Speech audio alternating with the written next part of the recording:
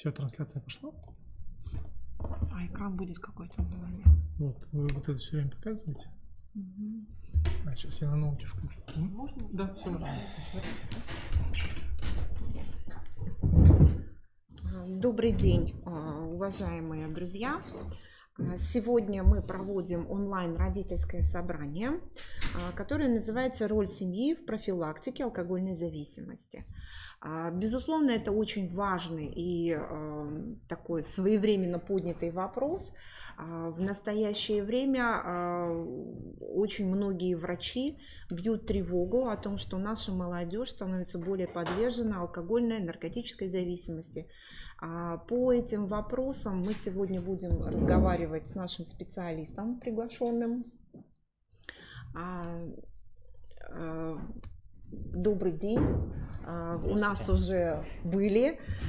И сегодня мы с вами поговорим о профилактике употребления алкоголя нашими подростками. Ответим на какие-либо вопросы, да, которые поступали у нас уже заранее. Возможно, какие-то сейчас поступят еще от родительского сообщества в интернете. Мы постараемся ответить на все вопросы, какие были. Ну и сейчас пока первоначально предоставляю вам слово. И, наверное, первое, что попрошу вас озвучить, это все-таки мотивы, да, и причины, какие бывают, на основе которых все-таки подростки попадают вот в эту алкогольную зависимость. Всем добрый вечер, уважаемые родители, коллеги, может быть, кто-то из образовательных учреждений сейчас присутствует. Прежде я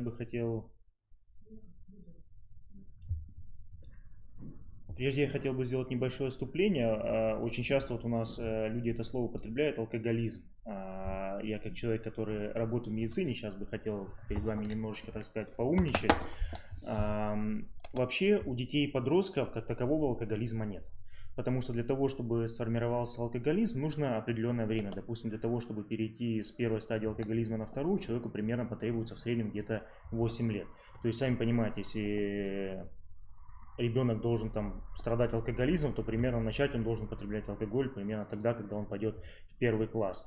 Но при этом надо учитывать, что там дозы алкоголя не такие, как школьники у нас, как правило, потребляют небольшие, да, там уже люди употребляют достаточное количество алкоголя. И поэтому у детей и подростков алкоголизма нет.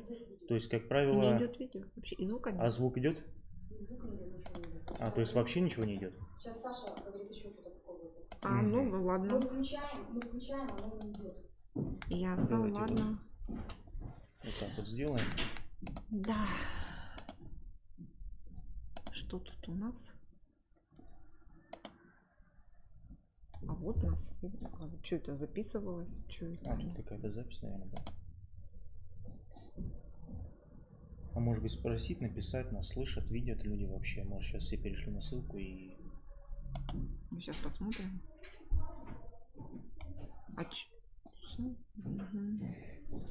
Куда мы возвращаемся? Так, наверное, на презентацию. А может быть спросим все-таки у коллег, видят они нас, слышат, откуда нам начинать. Вот если сюда слайд-шоу.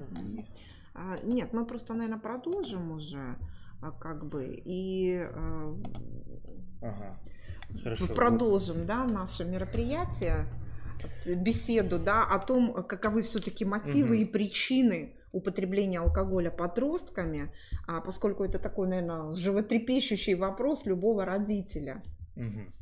Ну вот, как я и сказал, небольшое вступление сделав, что у детей и подростков алкоголизм еще не сформирован. То есть вот диагноз алкоголизм, что это прям такая пагубная зависимость, у них еще такого нет. То есть у детей, как правило, употребление алкоголя, в принципе, как и вообще других психоактивных веществ, это скорее как форма девиантного поведения. И это не проблема сама по себе, это скорее следствие какой-то другой проблемы. И вот обычно, когда к нам поступают вот дети с употреблением различных психоактивных веществ, мы, как правило, узнаем информацию определенную о них. То есть, как они там учатся, да, как у них общение в коллективе проходит, как у них в семье дома дела. Ну, вот такие, в общем, нюансы обычные, жизненные. И, как правило, можно сказать, что сколько людей, столько и причин, как правило. Но Обычно в нашей работе мы выделяем определенные тенденции, которые приводят к тому, что дети начинают вовлекаться вот в употребление различных психоактивных веществ. И, как правило, это трудности в общении определенные, как правило, это проблемы в общении со сверстниками в школе, либо это проблемы в общении дома с родителем. То есть, очень часто такое бывает, что подростковый период, переходный период То у есть, детей, в принципе, гормоны играют. коммуникативные Да, какие-то то есть вещи, вот да, такие в вот первую проблемы в очередь? общении, они, как правило, вот у детей вызывают чувство неполноценности определенное, да, хочется там как-то, может быть, внимание к себе привлечь, и вот они начинают вот в такие вредные привычки увлекаться. Второе, это, как правило, очень сильный контроль со стороны родителей бывает очень часто. То есть, в таких наоборот, семьях. гипер, да, Да, то есть какая-то гиперконтроль, опека, детям хочется гиперконтроль. тоже как-то самостоятельность свою проявить, то есть, опять же, Мгм. переходный период, да, дети вроде бы себя уже взрослыми начинают ощущать, да, хочется свой характер показать Мгм. как-то. И, соответственно, вот этот вот бунт подростковый наступает, что они тоже, опять же, начинают там в такие вот ситуации увлекаться. То есть это можно, грубо говоря, сказать, что у детей нету какого-то личного пространства, что ли. Как правило, родители каждый шаг таких детей контролируют, либо просто вот банально бывают такие ситуации, как бы все мы люди, да, что у детей просто-напросто нету своей отдельной комнаты. То есть представим себе Понятно. ситуацию, живет семья, да, девочка-подросток живет в комнате там с младшими братьями, сестрами, и как-то личного пространства не хватает. Опять же, детям тоже хочется как-то из этого вырваться, поэтому они больше времени стараются проводить на улице со своими сверстниками, и как правило, опять же, начинают вот в такие вещи вовлекаться. И что еще можно вот отметить, наверное, это то, что сейчас у нас очень сильно нагрузка на детей идет от системы образования. То есть у нас стандарты образования постоянно повышаются, то есть система образования тоже в какой-то степени усложняется, то есть современный мир, он требует очень много знаний от людей, компьютеров. То есть, да, каких-то можно вот таких. сказать, что стрессовые ситуации, да, и вот эти вот нервные перенапряжения у Да, детей, совершенно да, верно. они как бы сказываются вот в такой форме. Да, то есть вот, и плюс ко всему, говоря об общении, да, то есть бывает редко, конечно, такое, что педагоги со своей стороны тоже иногда не тактично себя ведут по отношению к детям, да, то есть кого-то там выделяют получше, тех, у кого оценки не такие хорошие, наоборот, начинают принижать, и опять же на детей как-то это очень все не очень хорошо на них, скажем так, сказывается, да, и они опять же вот хотят как-то от этого всего уйти, скажем так. И вот обычно, когда я вот обо всем об этом рассказываю, говоря о причинах, я говорю, что дети либо хотят уйти от угнетающей реальности своей, которая вот давит на них, да, и они как-то хотят из этой реальности уйти, что ли, попасть в какую-то другую, более радужную, либо это просто желание привлечь к себе определенным образом внимание. Внимание, да, то бишь можно сказать еще и о том, что дети, которым не хватает, может быть, какой-то теплоты, да, внимания от родителей, не гипер, да, вот эта опека, про которую мы говорили буквально вот только что, да, а именно то внимание, вот которого не достает от родителей, да, от общества ребенку, вот именно подростку, да, в определенный период и там времени. Грань очень тонкая, нужно понимать, что, как правило, мы с вами об этом чуть позже поговорим тоже, о характерах детей, да. Как правило, нужно понимать, что гиперопека и отсутствие вообще опеки над детьми, там грань очень тонкая. То есть, с одной стороны, вроде и опекают ребенка родители, да, очень хорошо. Все равно ребенок потом вырастает таким, что ему еще больше внимания требуется. Либо другая ситуация, что за ребенком вообще родители как-то особо не следят, да, внимания ему не уделяют. И то же самое получается. То есть, ребенок тоже хочет внимания. И, то есть, тут тоже грань такая очень тонкая, да, то есть...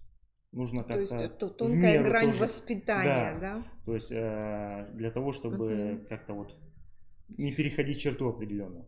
Вот если коротко говорить о причинах, да, которые, как правило... А вот мотивы, мотивация какая-то, вот какие мотивы могут быть? Причины понятно, а мотивы, направления, да, вот каковы могут быть вообще? Может быть, какие-то мотивационные направления, да, что еще, механизмы какие-то, вот каким образом вот вообще ребенок может вот вовлечься вот в эту стезю, скажем так. Вот в предыдущем вопросе я еще забыл упомянуть, что банальное любопытство никто не отменял. То есть даже если ребенок растет в благополучной семье, да, то есть банальный вот этот человеческий интерес, это всем нам присуще, нам хочется что-то там новое попробовать, да, там попытать удачу в чем-то. То есть этого тоже никто не отменял. Говоря о мотивах употребления, тут нужно, наверное, подойти к этому вопросу с точки зрения среды, в которой ребенок обитает, да, то есть живет. Это, как правило, сверстники, которые определенным образом подталкивают тоже, то есть вроде бы, может быть, семья неблагополучная, да, то есть ребенок не обязательно от этого начнет употреблять алкоголь, либо какие-то наркотические вещества, но опять же подростки могут сверстники подтолкнуть к этому, потому что они Чтобы как бы, попробовать, да, да, чтобы попробуй, попробовать, что это Мгм. такое на себе узнать, то есть это будет уже как мотив для того, чтобы это Мгм. причина в семье, да, а мотив, то есть вот сверстники вот хотят Хорошо. как бы меня таким А образом. вот скажите, как может вот вообще культура питья, да, спиртных напитков в семье повлиять? Вот может она стать каким-то мотивом, механизмом? Ну, то есть это, опять же, 100%, как бы хочу, чтобы наши слушатели информацию объективно воспринимали, то есть я не пытаюсь кого-то как бы переучить, да, или ответственность перекладывать, либо обвинять в чем-то, но тут стоит понимать, что употреблять алкоголь либо курить – это дело каждого взрослого человека, да, то есть вам исполнилось Ну, 18 лет, безусловно, это ваш конечно. выбор, да, то есть вас этого никто не лишает, вам никто не запрещает. Но тут стоит быть готовым к тому, что дети с большей долей вероятности последуют примеру таких родителей. Мгм. Потому что одно дело, когда родитель читает детям своим нотации, я об этом уже неоднократно повторял, то есть, ну вот представьте себе ситуацию, да, то есть родитель говорит своему ребенку, опять же, семья благополучная, да, то есть родитель говорит своему ребенку, что пить, курить это плохо. Не пей, не кури, не делай этого, иначе у тебя будут проблемы со здоровьем Ну, и т.д. и т.п. да, но тогда у ребенка может наоборот от обратного пойти ситуация. Нет, то есть, допустим, примером своим родитель показывает другое. То есть вот он ему сказал, что это все плохо, Да. а при этом сам приходит после работы, да, уставший, надо как-то расслабиться. Папа идет на кухню, курит форточку, либо там на балконе, да, но при этом говорит своему сыну, что этого делать не надо, это плохо, это вызывает болезнь. То есть в любом случае свой пример, он Да, как то есть бы в не обязательном важно, порядке. что вы говорите, важно то, как вы себя ведете. То есть слова не играют никакой роли, если вы не подтверждаете их действиям. И поэтому в семье, как правило, вот эти все установки и закладываются. Вот я тоже об этом как-то, Минздрав меня просил дать комментарий определенный про новогодние праздники. Вот простой пример, да. Вроде бы мы все хотим, чтобы наши дети перестали пить, курить, но при этом каждый Новый год мы там собираемся с семьей, да, большой за одним столом праздничным, и все очень весело проводим время, достаем там бутылки шампанского, да, тосты какие-то говорим, под бой курантов, желания загадываем и выпиваем этот алкоголь. Дети это все видят, что это не так уж это вроде бы и плохо, да, вроде родитель говорит, что это плохо, зло, но при этом, когда люди пьют, они вроде бы веселые какие-то становятся, да, то есть вроде бы всей семьей собрались, это праздник, это вроде бы как хорошо, и мы вот это вот пьем, показываем детям свой пример, а потом в детском саду, да, там дети чокаться начинают после каникул, да, вот с соком, компотом, да. То есть мы же вроде бы сами детям показываем своим поведением, что это хорошо, но при этом говорим, что это плохо. То есть у детей в голове диссонанс, поэтому семья здесь играет очень большую роль. Потому что первый социум, с которым сталкивается человек, это семья. То есть он еще может со сверстниками там так хорошо не общаться, они его вовлекать в это все это не могут, да, но уже дома в семье мы своим детям показываем вот такой не очень Ну и в любом пример. случае, как бы, да, культура сама вот этого, пусть Да. даже питья, да, вот тем более, да, правильно вы говорите, в преддверии новогодних наших праздников, все-таки какая-то должна присутствовать о семье. То есть показывать, да, детям, да, ну есть, ну да, бывает, да, употребляют, но это все равно должно быть именно культура какая-то подачи, культура объяснения, культура вообще ведения себя как бы и в компании, за столом и так Да, далее. это Тому совершенно. подобное. То есть если уж человек выбрал, Ну, да, вдруг, употреблять, да, то, ну, делать это нужно, опять же, тоже с каким-то образом, с культурой какой-то, да, не просто вот так вот. Да. Ну вот следующий вопрос, тоже такой достаточно интересный. Выявление источников при общении детей, подростков и молодежи вот именно к вредным привычкам, в том числе к употреблению алкоголя. Каким образом вот можно выявить вот эти источники? Ну, опять же, вот один источник мы уже упомянули, это семья, да, то есть просто родители показывают всем личным примером. Второе, это, конечно же, телевидение, вот у нас вопросик отдельно звучит, это средства массовой информации, то есть любой фильм, там, я не знаю, включите, ну, не любой, кроме детских, да, там, взрослые фильмы включите, да, может быть, сейчас это все законом как-то регулируется, но старые фильмы смотрите, там, люди алкоголь употребляют, да, сигареты курят, то есть вот этот образ брутального мужчины, да, когда он там сигареты, такой уставший от жизни, вроде бы положительный герой, курит, да, вроде бы все нормально, либо вот там алкоголь употребляют, да, вот эти сейчас молодежные комедии различные, когда все завязано на употреблении алкоголя, то есть если ты собираешься на какое-то веселое мероприятие, это обязательно алкоголь, да, вот эти наших фильмов таких полно, зарубежных фильмов, то есть в принципе, это как один из, наверное, таких сильных источников, мотивационных даже, да, да, то есть, для ребенка, чтобы вот... как бы... Да, то есть никто не отменял. Сейчас у нас дети, конечно же, телевизор поменьше, наверное, смотрят. Сейчас у всех есть интернет, видеоролики на YouTube, различные блогеры. То есть они не гнушаются тем, чтобы в свои видеоролики вставлять рекламу различных вот таких же устройств. Ну и, наверное, что... вот в такой ситуации, да, прошу прощения, Да, что да. перебиваю, что вот в такой-то как раз ситуации все-таки очень важен, как многие говорят, родительский контроль в Да, совершенно верно. интернет-пространстве. Потому что Да. все-таки даже вот смотря мультик, там можно попасть на рекламу того же пива там, или каких-то напитков алкогольных. И в любом случае ребенок-то это видит. Поэтому, наверное, надо предостеречь и в этом тоже. Ну Да, и это само реклама на собой, телевидении, да, Ну, тем на более... телевидении у нас сейчас, конечно, поменьше. по законодательству, да, то есть нельзя рекламировать определенного рода продукцию. Безалкогольное вроде бы пиво рекламируют, сигареты уж точно, электрон точно. А вот на Ютубе, да, вот эти вот, не знаю, как на Рутюбе, но там пока что таких ограничений нет. То есть и нужно понимать, что блогеры же тоже деньги зарабатывать хотят, кушать они тоже хотят. Поэтому они вот такую рекламу вот и вставляют. Ну, и опять же, тут единственное, это вот контроль со стороны родителей. В этих вопросах. Вот еще такой вопрос, да, психологические факторы риска, то есть характеристика, какие-то характеризующие, да, особенности ребенка, который вот, может быть, ну, более подвержен, или как бы вот родитель смотрит и по каким-то характерным признакам может определить, что ребенок как бы вот, ну, втягивается, или вот как вот определить тоже, да, как бить тревогу, может быть, или может быть просто только еще начать беседовать профилактически с ребенком как-то, да, либо уже бить тревогу уже. Ну, сейчас такой будет небольшой краткий курс психологии, да, у нас там куча есть источников типологии людей определенной, да, и вот есть одна типология, которая делит людей на 7 типов. И, как правило, они там особенностями определенными отличаются. Вот один тип мы уже с вами упомянули, это дети демонстративного типа. Это те, кто хочет привлечь к себе внимание. То есть это, как правило, дети, которых либо гиперопекали, когда они были маленькими, либо слишком мало внимания им уделяли, поэтому они вырастают такими детьми, которые всем своим видом просят уделить себе внимание. Это, как правило, люди творческие, то есть они определенным образом вычурно одеваются, да, то есть у них манера общения тоже такая интересная. У детей, конечно, это еще слабо выражено, да, но, по крайней мере, по своему опыту я знаю. То есть, когда к нам приходит наркология, вот с такими детьми общаешься, как правило, это дети, которые хотят, там, девушки пойти в актрисы, в модели, да, у них вот, они хотят много там подписчиков себе в социальных сетях иметь, да, то есть, манера одежды, как я сказал, у них соответствующая, манера общения у них тоже такая очень интересная, когда они с вами разговаривают, вроде бы не с ребенком даже говоришь, да, с таким уже взрослым человеком, но по возрасту понимаешь, что это еще скорее это просто подражание взрослой речи, нежели прям уже осознанные какие-то там мысли человек высказывает. Ну, то есть это вот такие люди демонстративного типа. То есть они, как правило, вот в первую очередь подвержены вот такому вот поведению. То есть они вот это вот все используют как средство привлечения внимания к себе. Либо со стороны родителей, либо со стороны кого-нибудь еще, там, людей, которые ему не безразличны, своих друзей, своих вторых половинок очень часто бывает, да, в подростковом возрасте, это неразделенная любовь, либо еще что-то подобное. То есть они вот таким образом хотят себе привлечь внимание. И очень часто еще такие дети у нас себе делают демонстративные порезы на руках. То есть такое очень часто тоже бывает. Вот. Вот это, как правило, вот одни из таких детей, да.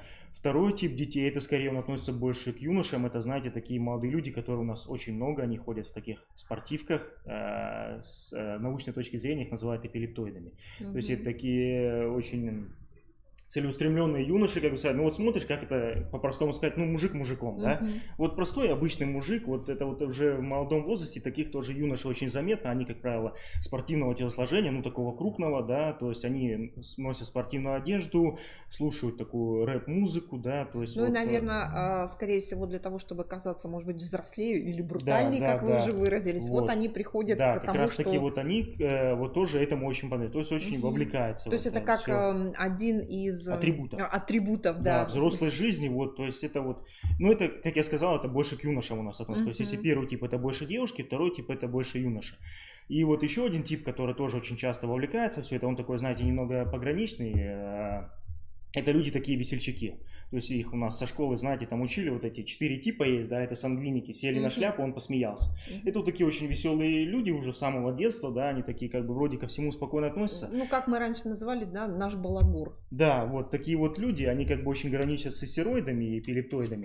Но просто это люди очень такого легкомысленного склада ума, скажем так, не в плохом смысле этого слова. И поэтому они очень часто любят что-то новое пробовать, да, то есть они от одного бросаются к другому, и вот в том числе такие дети тоже очень часто вот вовлекаются во все это, да. Они, может быть, попробуют, им не понравится, они на что-то другое переключатся. Но вот то, что вот это вот само мышление такое экспериментаторское, скажем так, да, подвигает их к тому, чтобы они вот вовлекались. Ну вот еще последнее, это люди такие замкнутые бывают у нас мнения, что, да, очень сильно вовлекаются, ну, такие шизоиды, их опять же по-научному там нас называют. Люди такого замкнутого типа характера, да, которые больше нравится в соцсетях сидеть, в компьютерные игры играть, они, как правило, с наушниками ходят, капюшон на голову натянут, да, волосы, как правило, побольше отращивают, чтобы как бы отдалиться от внешнего мира, да.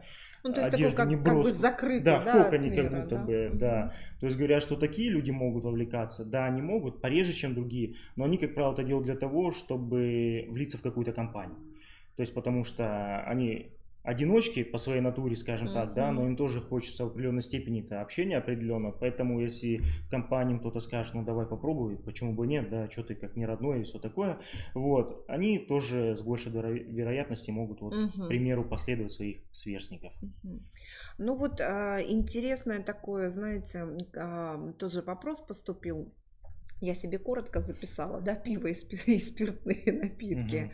Вообще, как бы, многие подростки, но это вот суждение подростков очень часто, что да что ты, ладно, пиво-то ведь это не такой алкоголь, тем более безалкогольное, чего ты, давай попробуем. И вот как бы выходят вот на такое вот состояние, давай попробуй, давай посмотрим, и считают, что все-таки это не приводит к алкоголизму, да, не выводит на какие-то вещи этого типа. Хотя вот если смотреть с точки зрения, наверное, медицины, это совершенно по-другому. Да, вот у нас, кстати, презентация включена, у меня есть очень хороший слайд, который это будет демонстрировать. Вот это та презентация, которую я обычно показываю детям, когда выхожу в школу. То есть она не полная, потому что мы сегодня больше про алкоголь говорим, как правило, я рассказываю обо всем. И то есть вот мы сейчас с вами полистаем, и я вам расскажу как раз таки про механизм формирования зависимости. Ну, то есть в первую очередь я говорю детям, что несмотря на то, что мы работаем в наркологии, мы не только наркотиками занимаемся, как многие у нас думают. То есть и алкоголь, и никотин, и различные токсические вещества, и наркотики, все это входит в одну большую группу, которая называется психоактивными веществами. И все они объединяются в эту большую группу неспроста, потому что как раз таки все эти вещества вызывают у людей зависимость. И поэтому всем этим и занимается наркология. И вот потом я показываю детям вот такой вот небольшой график. Это так называемый график кайфа, который очень легко и просто показывает то, как у всех людей на нашей планете Земля формируется зависимость от употребления различных веществ. И вот я бы вам ее немного прокомментировал. Вот у нас там горизонтальная шкала – это время, вертикальная – это эмоции. И вот я, допустим, детям говорю, вот давайте с вами представим себе ситуацию. Кто-то впервые в жизни решает попробовать алкоголь. Собирается компания, покупает алкоголь определенного количества, допустим, первый раз много же пить не нужно, допустим, ну, делают, скажем, глоточек пива.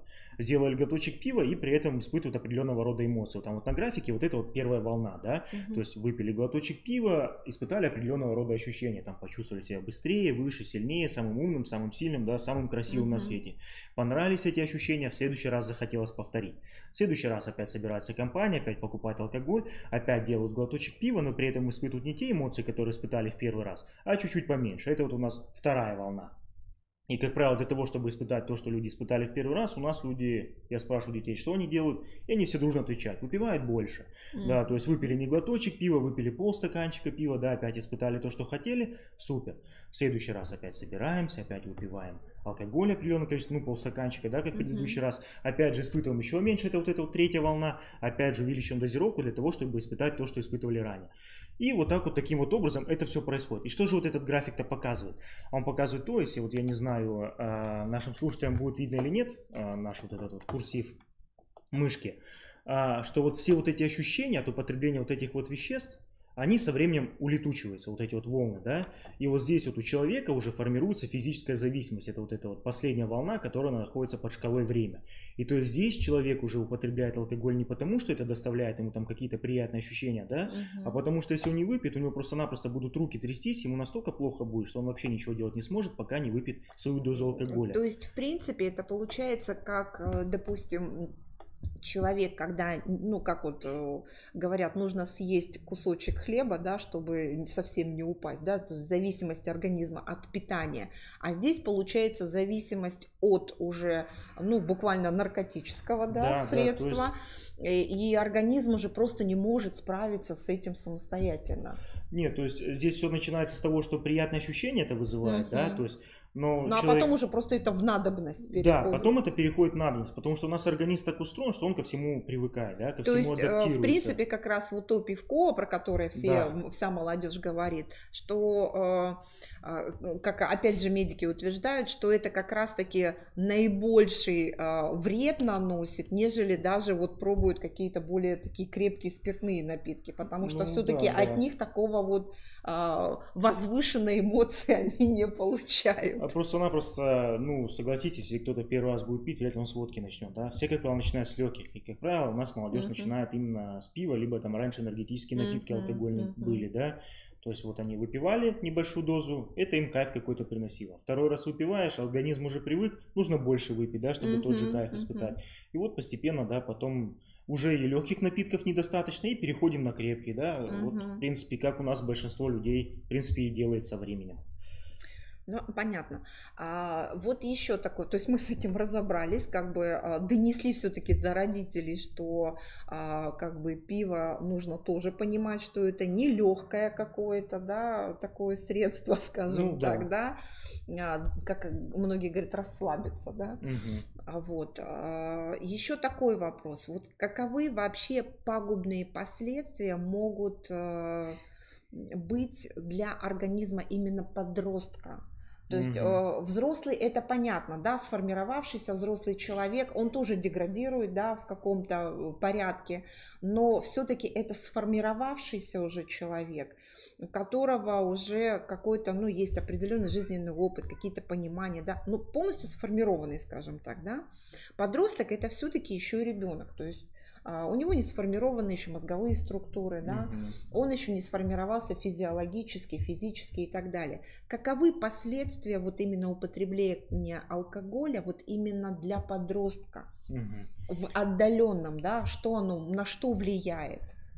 Давайте тогда мы вот сейчас пару слайдов пробежимся. Обычно, что я говорю детям, что вот все эти вещества определенные болезни у нас вызывают, да, вот тут вот небольшой списочек я показываю, и, как правило, я там говорю, что я пошутил, и список гораздо больше. То есть вот алкоголь вызывает, ну, вот примерно вот столько заболеваний у нас.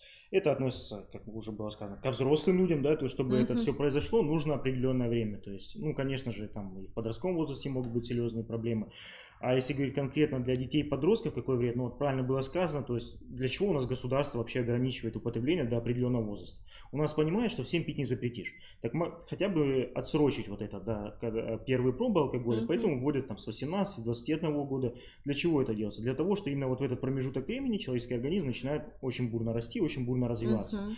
И если в это время человек начинает в свой организм там закидывать определенные вещества, которых там быть не должно, алкоголь, никотин, различные наркотические, токсические вещества, то организм просто-напросто формируется неправильно, не так, как он должен, не так, как либо заложено природой. Либо недоформируется что-то, либо просто останавливается на определенном уровне. И в конечном итоге человек просто вырастает, скажем так, недоразвитым. Ну, кто-то в физическом плане, да, то есть у кого-то какие-то там, может быть, физические дефекты наблюдаются, может быть, неявные, да, но в определенной степени есть это. У кого-то начинаются психические нарушения, потому что, как было сказано, мозг неправильно развивается, и в конечном итоге человек просто-напросто там, память у него хуже становится, да, и вроде бы пока ты молодой, это как бы не напрягает, да, то есть на определенном уровне она есть.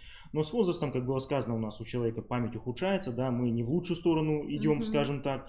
И вот у людей, которые уже с раннего возраста начинали к этому приобщаться, ко всему, к этим веществам различным, у них, соответственно, процесс старения наступает в дальнейшем гораздо быстрее. То есть там у него тот же самый какой-нибудь склероз, да, наступает не после 70 лет, как обычно это бывает, после 80, да, а уже там после 50 у людей начинается. Что мы, в принципе, к сожалению, сейчас и видим вот на нашем современном обществе. То есть у нас в стране взрослые люди, вот, которые там, мужчины, как правило, да, злоупотребляют алкоголем, до пенсии просто не доживают, потому что, ну, здоровье к сожалению, не выдерживает. Ну и, скажем так, все-таки наши 90-е хорошо сейчас Да, сказываются то есть, на и вот поколение. это само собой, то есть, да, я не Да, говорю, что к все проблемы от сожалению, этого, но да. вот это тоже имеет причину быть. Да, еще хотелось бы вот еще о чем спросить.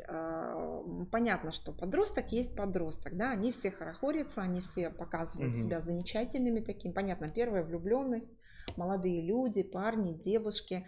А как сказывается все-таки пагубные вот эти последствия, ну, на дальнейшей, скажем так, жизни, да?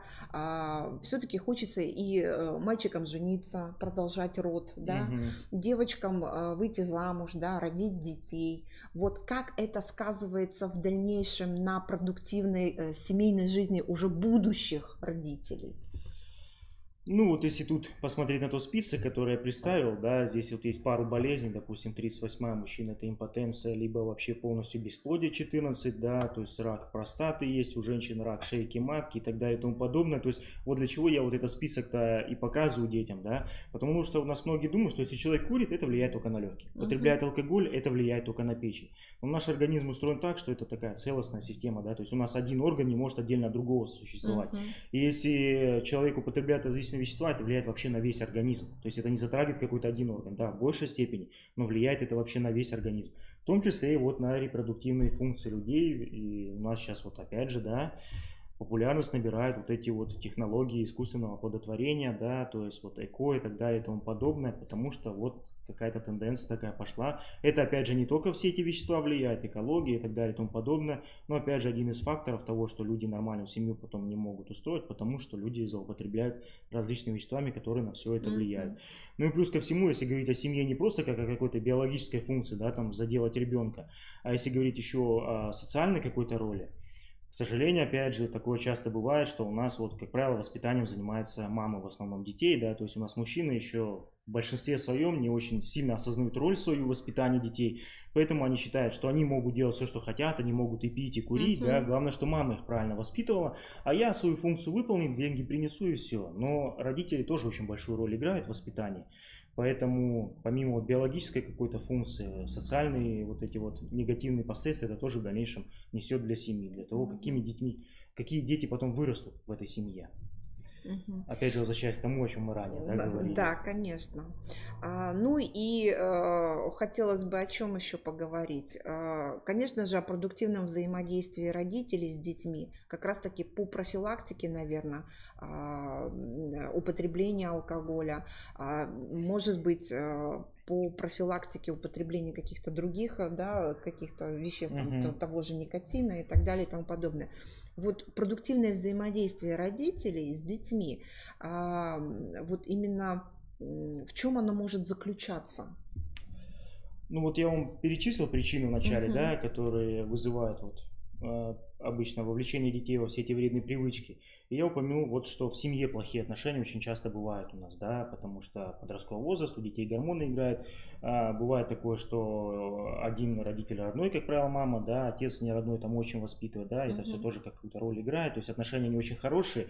И вообще, вот, если вот все психологические проблемы свести к какому-то одному общему знаменателю, то, как правило, все это связано с общением. То есть мы не можем продуктивно между собой общаться, да, из-за этого у нас какие-то вот ситуации появляются недопонимания, и в дальнейшем это как снежный ком нарастает, и потом какие-то последствия из этого идут. И вот что самое главное, это вот с точки зрения родителей, это то, что они должны быть своим детям друзьями, скажем так. Вот у меня есть 3 примера, ну, по крайней мере, которые я могу сейчас вспомнить, которые как бы иллюстрируют то, что я бы хотел вам сказать. Это, к сожалению, все эти примеры про девушек, потому что, как я сказал, родители у нас пока еще не очень осознают, да, свою роль в воспитании. Вот. Это 3 примера про девушек. У всех 3 девушек отличные отношения с мамой. То есть они просто лучшие подруги. И все эти 3 девушки, то есть никогда там в своей жизни не злоупотребляли алкоголем, да, то есть у них не было ситуации, что они в наркологию попадали, то есть у них там каких-то вот проблем вообще с этими веществами не было. Вот, допустим, первый пример я бы вам хотел сказать. Девушка, она воспитывалась в полной семье, с мамой, с папой. Отношения у них, и сестра у нее, младшая родная были. У них примерно разница в 2 года.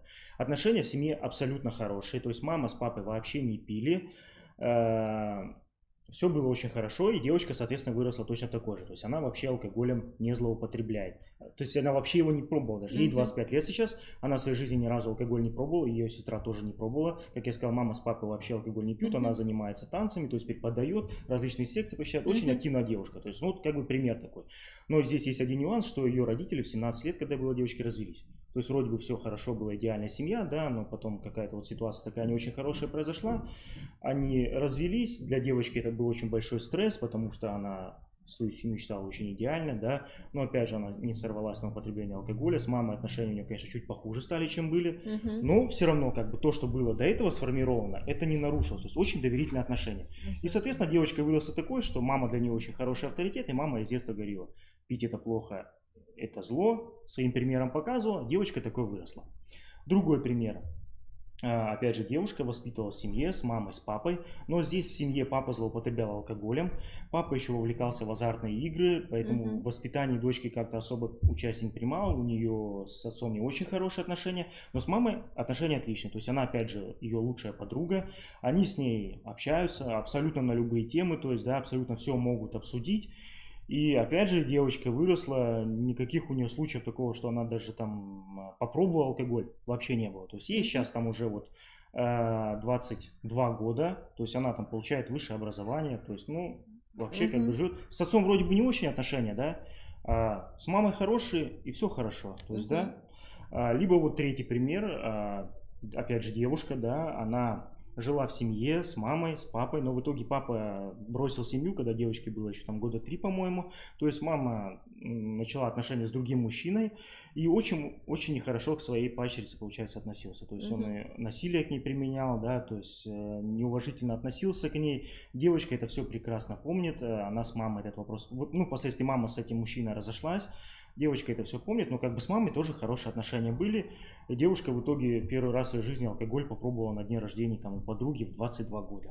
Ну, то есть в подростковом возрасте, опять же, несмотря на то, что были вроде бы неблагоприятная ситуация, но хорошие отношения с мамой, все решили. То есть все равно с каким-то важным, значимым взрослым, если Да, есть у верно. подростка какие-то качественные, хорошие отношения, когда он находит поддержку, когда он находит, ну, грубо говоря, уютное гнездо, да, то, в принципе, как бы можно избежать каких-то тяжелых последствий. Да, то есть, несмотря на то, что вот я для чего эти примеры привел, то есть это не идеальные отношения, то есть я вам не рисую какие-то отношения из книжки какой-то учебника, как должно быть, да, то есть это абсолютно жизненные ситуации, когда были определенные негативные стороны в жизни, но вот у детей была возможность с кем-то пообщаться, искренне, откровенно, ничего не скрывая, и они смогли в своей жизни избежать вот этих вот неприятных последствий употребления алкоголя либо каких-то других веществ. И вот было правильно сказано, да, то есть должен быть какой-то взрослый, то есть не обязательно, чтобы это был родитель. То есть значимый если, да, просто значимый тот, взрослый. кому доверяет. То есть это может ребенок, быть дядя, бабушка, допустим, да, тетя, дедушка, бабушка, либо это может быть тренер со спортивной секции, да, либо руководитель какого-нибудь там творческого кружка.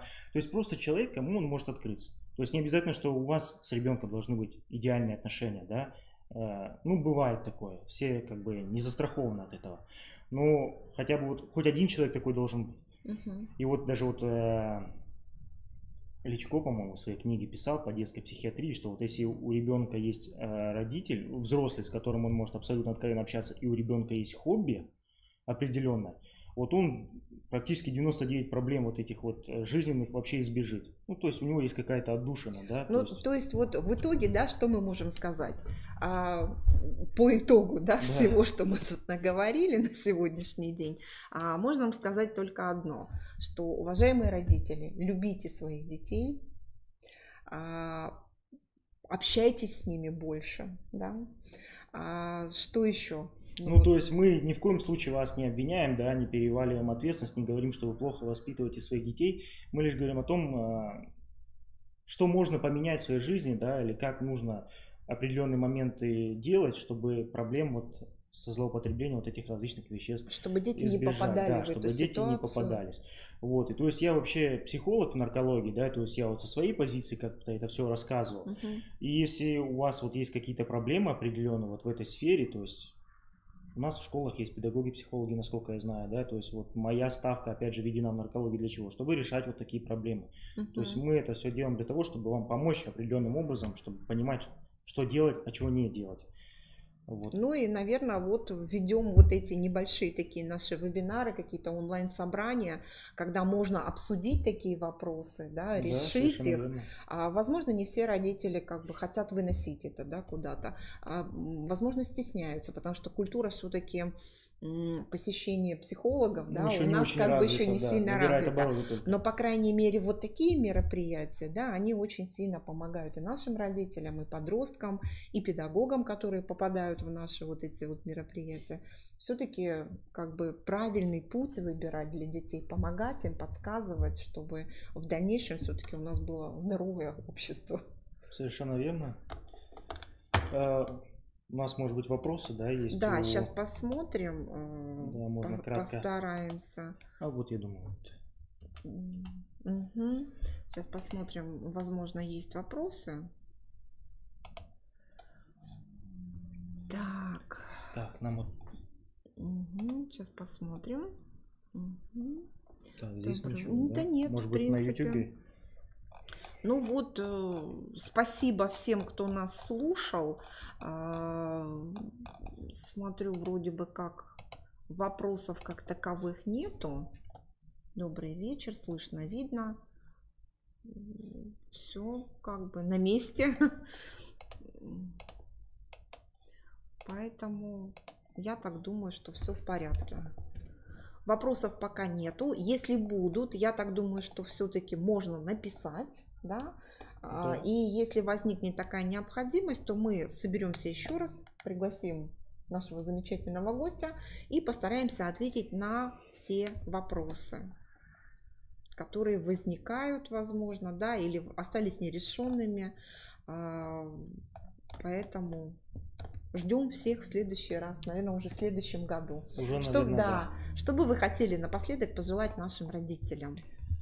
Ой. Все-таки в Что преддверии пожелать? новогодних праздников.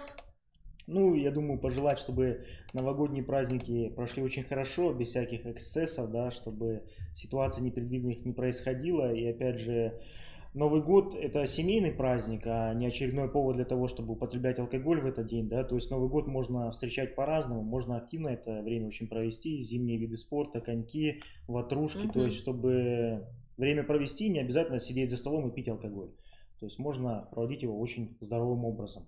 Ну и так как я представитель медицины, хочу пожелать всем крепкого здоровья, чтобы все у вас было хорошо. Как-то вот так. Все, спасибо большое. До новых встреч, уважаемые наши слушатели. Ждем вас уже в следующем году. Надеюсь, что мы еще увидимся. Да?